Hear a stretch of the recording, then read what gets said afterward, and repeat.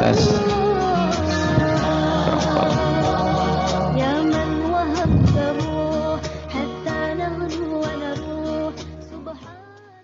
Assalamualaikum warahmatullahi wabarakatuh. Alhamdulillahi rabbil alamin. Assalatu wassalamu ala asyrafil anbiya'i wal mursalin Sayyidina maulana Muhammadin wa ala alihi wa sahbihi ajma'in.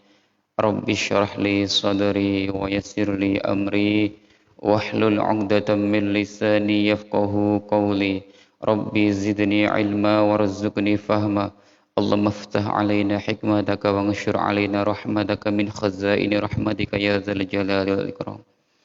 Qala al-mu'allifu rahimahullahu ta'ala wa nafa'ana bihi wa bi'ulumihi wa bikum fid dharain amin ya rabbal alamin. Ila hadratin Nabi Mustafa Muhammad sallallahu alaihi wa sallam wa syekhina wa syekhina Al-Fatihah. A'udzu billahi minasy syaithanir rajim. Bismillahirrahmanirrahim. Bismillahirrahmanirrahim. Maliki yaumiddin. Hamdaka wa nasta'inu wa nastaghfiruka. Shiratal ladzina an'amta 'alaihim ghairil maghdubi 'alaihim waladdallin. Bismillahirrahmanirrahim. Al-babul awal, bab yang pertama. Fi fadlil ilmi, dalam menerangkan tentang keutamaannya ilmu. Wal ulama'i, dan keutamanya ulama. Wa fadli ta'limihi, dan keutamaannya mengajar ilmu. Wa ta'allumihi, dan keutamaannya belajar ilmu. Jadi dalam bab ini nanti dibahas tentang keutamanya ilmu, ulama, keutamaannya mengajar, dan keutamanya belajar. Qala Allah Ta'ala, A'udzu billahi minasy syaithanir rajim. Yarfa'illahu alladhina amanu minkum walladhina utul ilma darajat. Allah mengangkat derajatnya orang-orang yang beriman di antara kalian dan orang-orang yang diberi ilmu. Jadi yang diangkat derajatnya oleh Allah adalah yang pertama orang yang beriman. Kemudian yang kedua yang diangkat derajatnya oleh Allah adalah orang-orang yang punya ilmu. Ai wa yarfa'il ulama'i minkum, ay wa yarfa'il ulama'a minkum darajatin bima jama'u minal ilmi wal amal. Jadi Allah mengangkat derajatnya ulama gara-gara ulama itu mengumpulkan antara ilmu dan amal. Jadi tidak cukup kita hanya punya ilmu saja, nggak cukup. Karena ilmu itu ibaratnya pohon. Pohon itu yang diharapkan bukan hanya pohonnya tapi buahnya. Lah amal itu, mempraktekkan ilmu itu adalah buahnya ilmu. Jadi antara ilmu dan amal itu harus beriringan. Karena orang yang punya ilmu tapi nggak diamalkan, laksana pohon tanpa buah. Tetapi kalau dia mengamalkan tanpa ada ilmu, hanya ibadah melulu tapi nggak tahu ilmunya, nggak tahu tata caranya, nggak tahu syarat rukunnya, nggak tahu yang membatalkannya, maka mardudun la tuqbalu, ditolak, nggak akan diterima. Jadi semua harus didasari dengan ilmu. Ilmu harus diamalkan. Maka dalam sebuah hadis diceritakan nanti di akhirat ada seseorang di dalam neraka, perutnya itu pecah, keluar ususnya. Dia mutar-mutar keliling neraka. Kemudian ditanya oleh penghuni neraka yang lain, Bapak, bukankah Bapak itu di dunia dulu sering ceramah, sering khutbah, sering berikan nasihat pada kita, pada kami, sering amar ma'ruf, perintah kebaikan, nahi mungkar, melarang keburukan. Maka orang yang perutnya pecah, ususnya keluar tadi bilang, benar, saya dulu di dunia sering perintah kebaikan, tetapi saya sendiri tidak melakukan kebaikan itu. Benar, dulu ketika di dunia saya sering melarang kalian berbuat kemungkaran, tetapi saya sendiri pelaku kemungkaran itu. Artinya apa? Dia hanya punya ilmu, tapi tidak diamalkan. Hanya teori saja. Maka saat ini mungkin di antara tanda-tanda begitu ya, orang yang punya ilmu itu hanya dijadikan sebagai hiasan. Punya ilmu jadikan sebagai apa? Pamer, kebanggaan. Bukan tujuan dari ilmu diamalkan itu tujuannya, tetapi hanya kebanggaan, pamer, titel dan sebagainya. Tidak sampai ke buahnya ilmu. Itu seperti simbol sekarang ini juga banyak pohon yang nggak ada buahnya tapi mahal. Itu bunga-bungaan, hanya daun-daun saja. Pohon nggak ada buahnya, memang nggak buah yang diharapkan, hanya keindahan pohon itu, tapi mahalnya minta ampun. Padahal pohon yang berbuah itu banyak, murah harganya.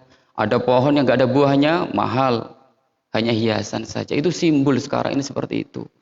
Hanya ilmu yang dicari, titel yang dicari, apalagi ketenaran yang dicari, bukan diamalkan tujuannya. Na'udzubillahi min dzalik. Jadi Allah mengangkat derajatnya para ulama itu gara-gara dua, punya ilmu dan diamalkan. Qala Ibnu Abbas radhiyallahu anhuma, Ibnu Abbas mengatakan, darajatul ulama fawqal mu'min bisab'i mi'ati darajatin ma bainad darajataini khamsumi'ati amin. Jadi derajatnya ulama dibandingkan orang mukmin biasa, antara ulama dan orang mukmin biasa, selisihnya itu adalah 700 derajat. Jadi orang mukmin biasa, katakanlah orang mukmin awam gitu ya, seperti kita ini orang mukmin awam, dibandingkan dengan guru-guru kita, ulama-ulama di atas kita itu selisihnya adalah 700 derajat. Antara derajat satu dengan derajat kedua atau pangkat ke satu dan menuju pangkat kedua itu kalau ditempuh selama 500 tahun. Jadi derajat satu menuju derajat kedua itu ditempuh selama 500 tahun. Bagaimana kalau kita menempuh 700 derajat di atasnya? Makanya ulama itu luar biasa. Guru-guru kita luar biasa. Harus kita hormati, harus kita ta'zimkan. Berarti untuk mencapai derajatnya ulama dibandingkan orang mukmin biasa itu kurang lebih, kalau dikalikan 500 tahun dikalikan 700 derajat akan ketemu 350.000 tahun baru mencapai derajat ulama. Masya Allah. Karena memang al-ulama warasatul anbiya. Ulama adalah pewarisnya para nabi. Para nabi adalah manusia terbaik. Maka ketika tidak ada para nabi, yang terbaik sekarang adalah pewarisnya para nabi, yaitu ulama. Wa qala Allah Ta'ala, a'udzubillahi minasyaitonir rajim. Syahidallahu annahu la ilaha illa huwa wal malaikatu wa ulul ilmi qa'imam bil qist. Jadi Allah bersaksi bahwasanya tidak ada Tuhan kecuali Dia, hanya Allah saja. Dan yang bersaksi bukan hanya Allah, malaikat dan orang yang punya ilmu. Jadi yang bisa menyaksikan, yang menjadi saksi bahwasanya tidak ada Tuhan kecuali Allah, itu hanya Allah, malaikat dan orang yang punya ilmu. Tidak mungkin orang yang tidak punya ilmu bisa bersaksi. Orang yang tidak punya ilmu itu paling imannya ikut-ikutan saja. Ikut-ikutan namanya taklid. Jadi yang dipilih oleh Allah menjadi saksi bahwasanya tidak ada Tuhan kecuali Allah itu adalah Allah sendiri, para malaikat dan orang-orang yang punya ilmu. Tidak mungkin orang yang tidak tahu menjadi saksi, tidak mungkin. Tapi kalau orang yang punya ilmu kan, ilmu itu pengetahuan. Orang yang tahu baru dia menjadi saksi bahwasanya tidak ada Tuhan kecuali Allah. Jadi imannya benar-benar tidak taklid.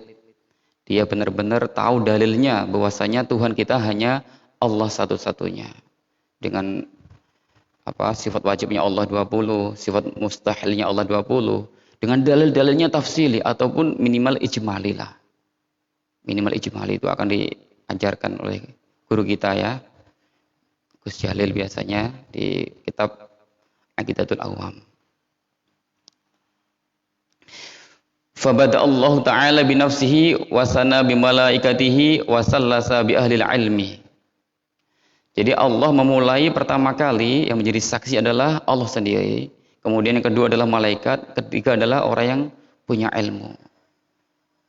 Wa nahika bihadza syarafan fadlan wa jalalatan wa nublan. Cukuplah tingkatan yang dipilih oleh Allah ini menjadi keutamaan, kemuliaan, keagungan bagi orang yang punya ilmu. Dia menempati posisi ketiga, menjadi saksi bahwasanya tidak ada Tuhan kecuali Allah. Wa qala Allah Ta'ala, innama yakhsyallaha min ibadihil ulama.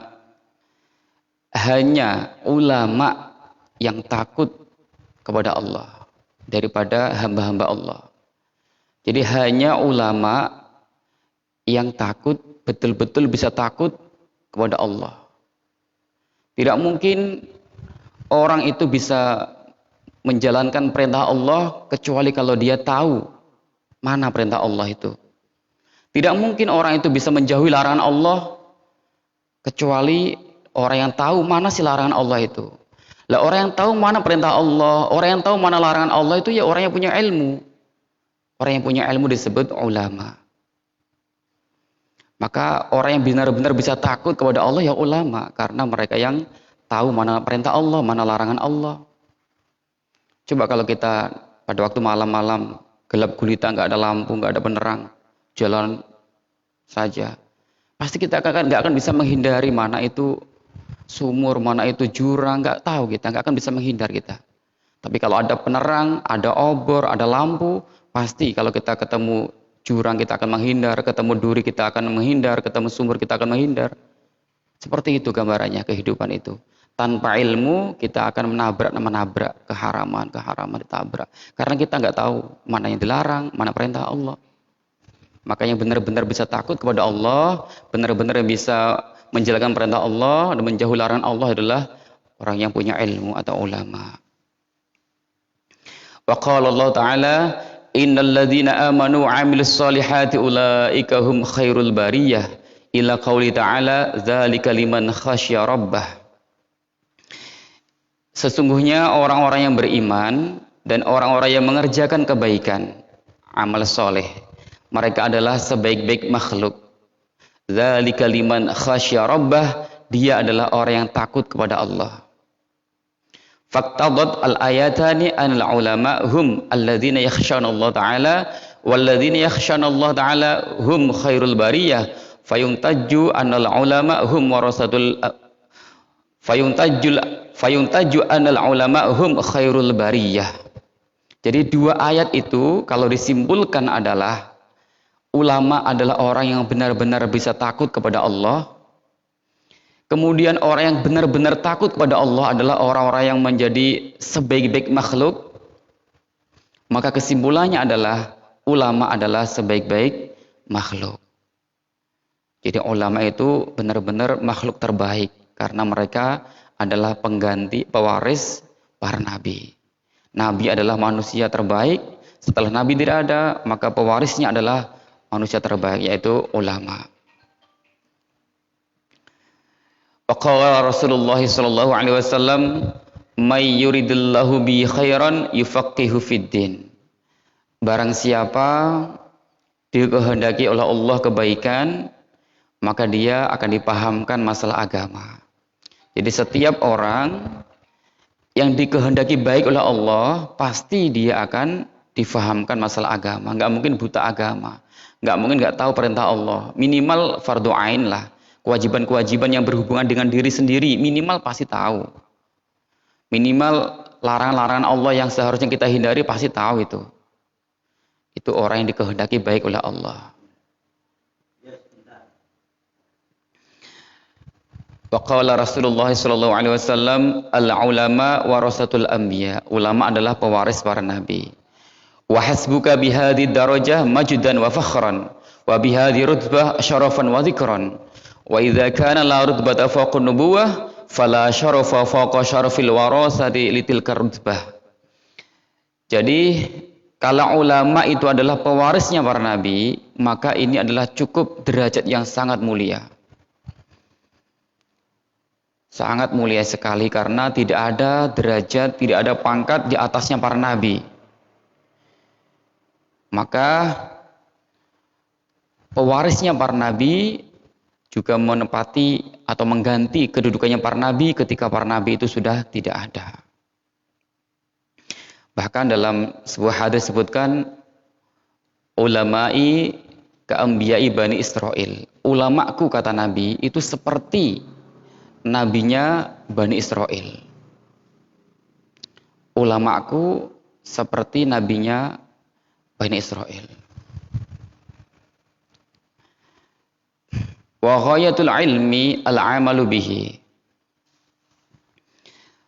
Tujuan ilmu adalah diamalkan.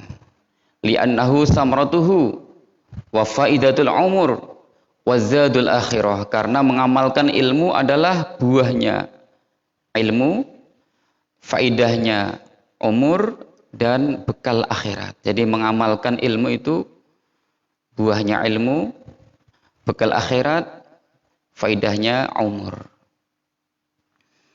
Maka dalam sebuah maqalah gitu ya, disebutkan an-nasu kulluhum halka illal alimun. Semua manusia itu rusak kecuali orang-orang yang alim. Jadi tujuan kita pertama kali bagaimana caranya kita menjadi orang alim, paling tidak tahu mana perintah Allah, mana larangan Allah. Wa kullul alim wa al-alimuna halka ilal amilun. Al-alimuna halka ilal amilun. Semua orang alim kalau hanya sekedar tahu saja juga rusak, rugi. Kecuali orang yang mau mengamalkan ilmunya. Jadi pertama kali kita dituntut supaya kita menjadi orang alim, tahu mana perintah Allah, tahu mana larangan Allah. Kemudian setelah kita tahu, nggak cukup, harus diamalkan. Kalau nggak diamalkan kita akan rugi. Tapi wal amiluna halka illal mukhlisun.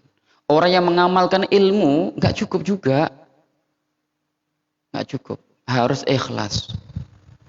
Kalau dia rajin sholat, rajin baca Quran, tapi tujuannya kepengen dipuji orang, tujuannya kepengen dapat keuntungan dunia, tujuannya kepengen dapat pengaruh, tujuannya dapat murid banyak dan sebagainya, itu tujuan dunia merugi masih. Semua orang yang mengamalkan ilmu akan rugi kecuali orang yang ikhlas dalam beramal. Ikhlas ini loh berat sekali. Orang yang ikhlas juga belum aman. Wahum ala khatarin azim.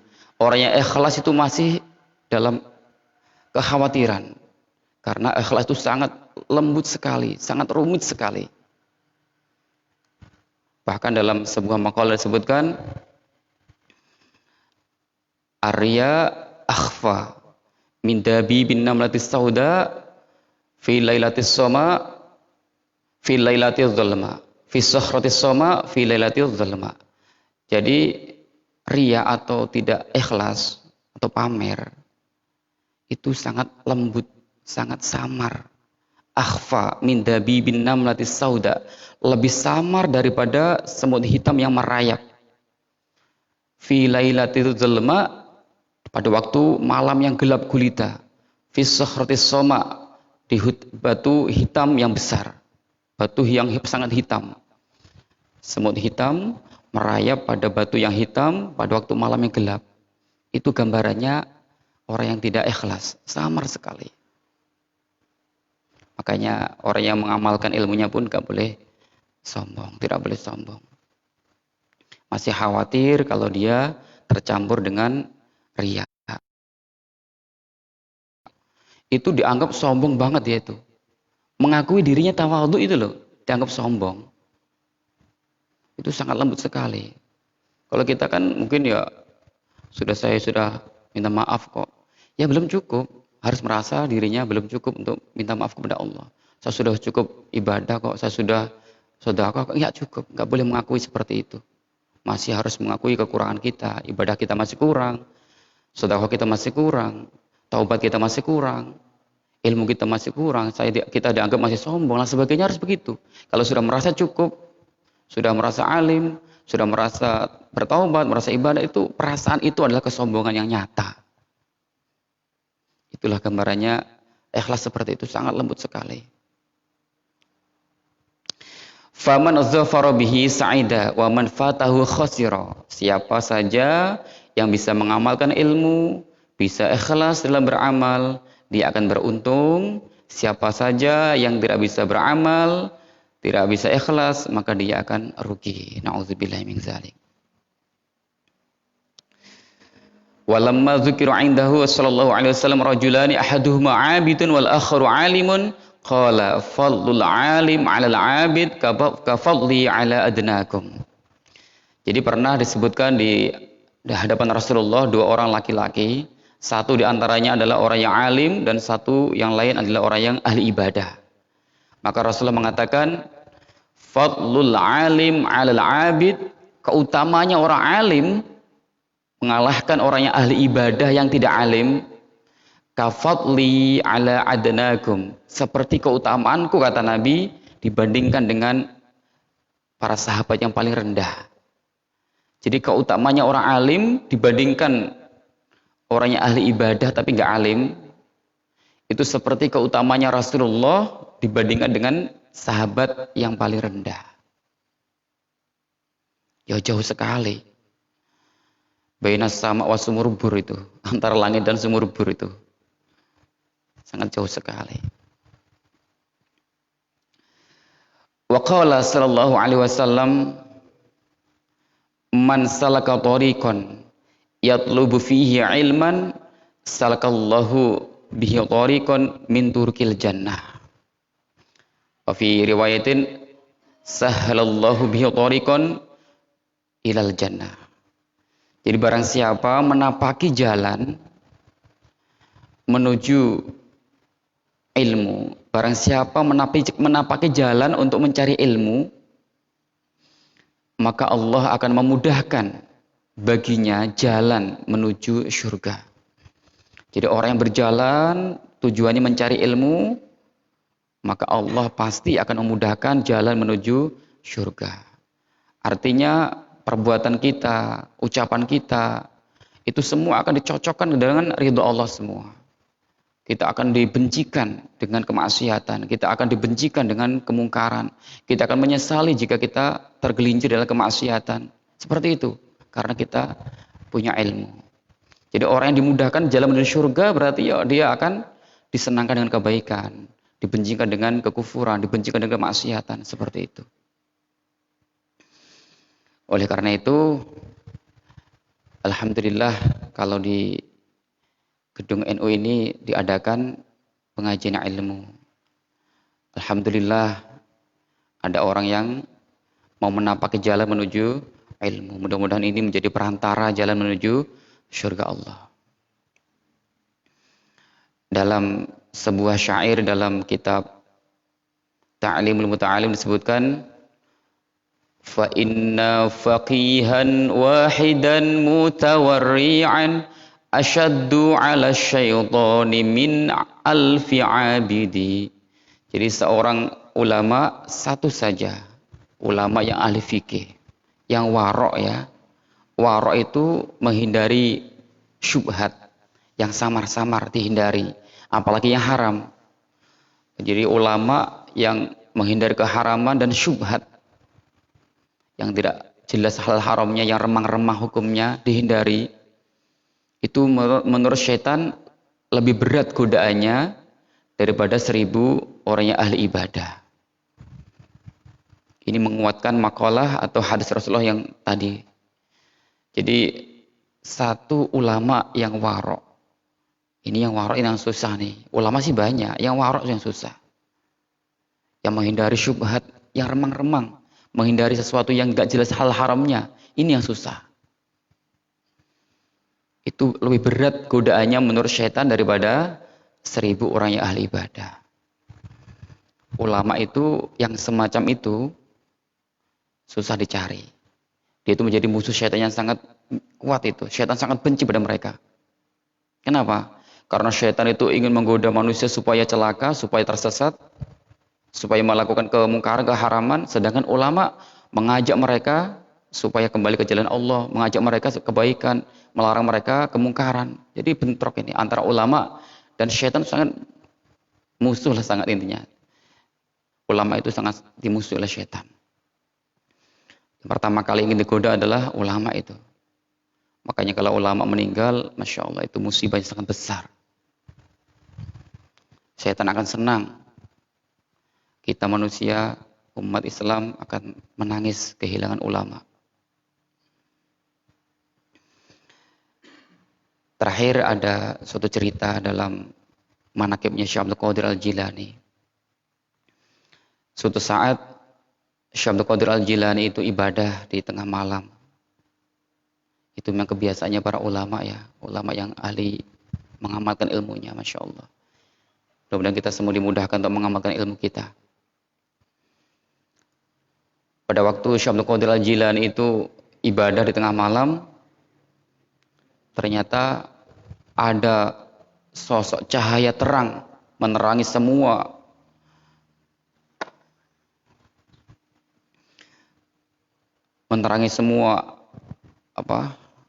cakrawala lah, atau menerangi semua lokasi itu.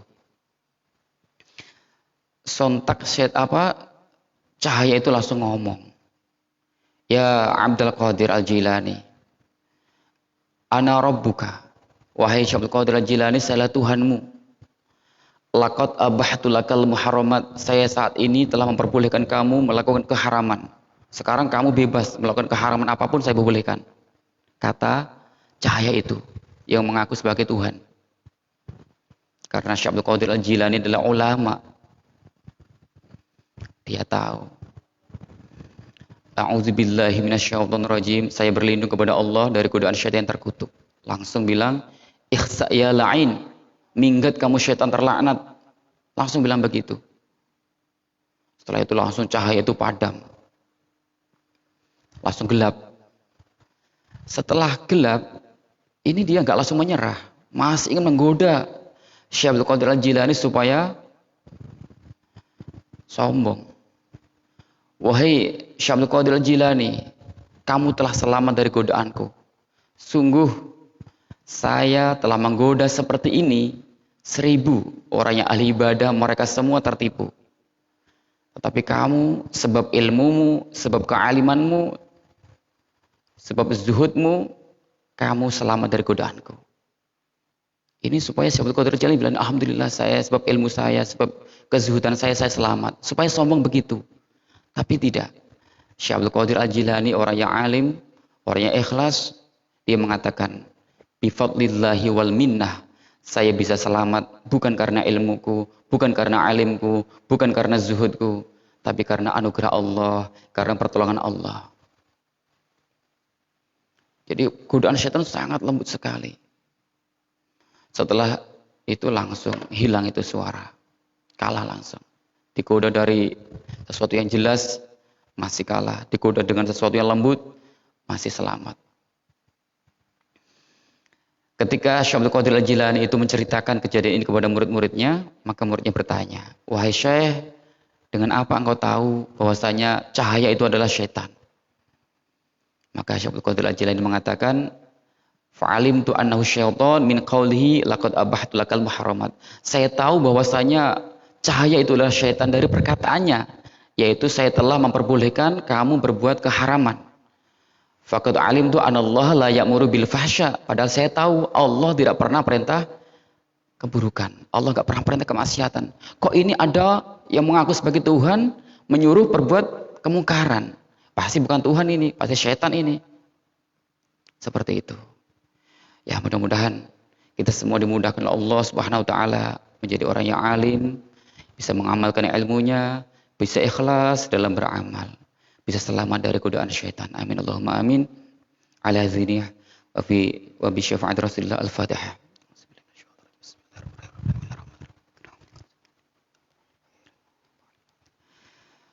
Wa qala sallallahu alaihi wasallam, "Thalabul ilmi fardhatun 'ala kulli muslimin wa muslimatin wallahu a'lam bis-shawab." Assalamualaikum warahmatullahi wabarakatuh.